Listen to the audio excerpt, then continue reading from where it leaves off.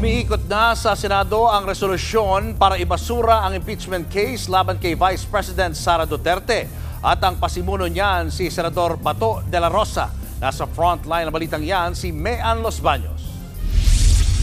Kumakalat ang isang draft Senate resolution na humihiling na i-dismiss ang impeachment case laban kay Vice President Sara Duterte. Sa resolusyong ito, binigyang diin na hindi pwedeng tumawid sa 20th Congress ang impeachment case na sinimulan sa 19th Congress. Bawal daw ito sa ilalim ng Senate rules. Totoo nga bang may ganyang resolusyon? Ayon kay Senator Amy Marcos, totoo. At nakita niya raw mismo ang mga draft ng resolusyon. Pero giit ni Amy, wala siyang kinalaman dito at wala rin daw siyang kopya nito. Ang merong kopya, si Senator-elect Ping Lacson. Anya, pinapaikot ito sa mga senador para makakuha ng sapat na dami ng pirma para mapagdebatehan sa plenaryo at i-adopt ang resolusyon. Kinumpirma rin ni Senate President Pro Tempore Jinggoy Estrada ang resolusyon na noong Lunes pa raw kumakalat. Pero para naman kay Senator Coco Pimentel, malaki ang tsansang peke ito. Mali raw ang katwiran na nakasaad dito para ibasura ang impeachment case. Pati raw ang mga binanggit na constitutional provision sa resolusyon ay hindi tama. Wala namang alam tungkol dito ang iba pang senador.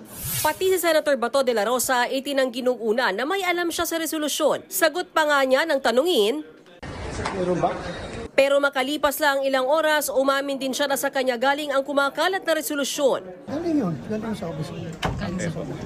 Kayo po yung nag-initiate.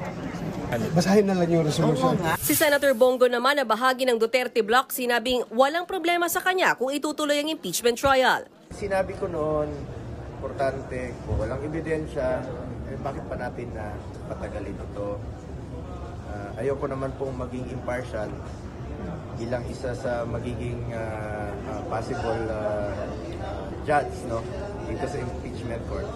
Hindi naman daw alam ni Senate President Chis Escudero ang naturang resolusyon. Ano mang kumakalat na resolusyon na wala namang author na pinakita lamang din sa akin ng media ay ika nga mere scrap of paper unless may mag-file niyan. Tila ito na raw ang pinangangambahan ng ilang kongresista para hindi matuloy ang impeachment trial. Mula raw nang iurong ang schedule sa presentation ng articles of impeachment, may naaamoy na silang iba. Something fishy, no? Gumagante, may pinoproteksyonan talaga sa nangyayaring yan. Paasa at gaslighting ang ginagawa na sa laban sa mamamayang Pilipino. The plenary is not supreme. The people are supreme. Sa gitna ng issue sa impeachment trial, usap-usapan din na papalitan daw si Escudero bilang Senate President. Hirit naman ng ilang kongresista, takot daw si Senate President Escudero kay VP Sara. Hindi ako gumagalaw at nagpapasya base sa anumang takot. Ang mga kongresista tila nasasanay na diktahan ang Senado. Ganyan din ang tingin ni VP Sara kay Escudero. Well, sa pagkakilala ko naman kay Senate President Chis Escudero ay hindi natatakot yon.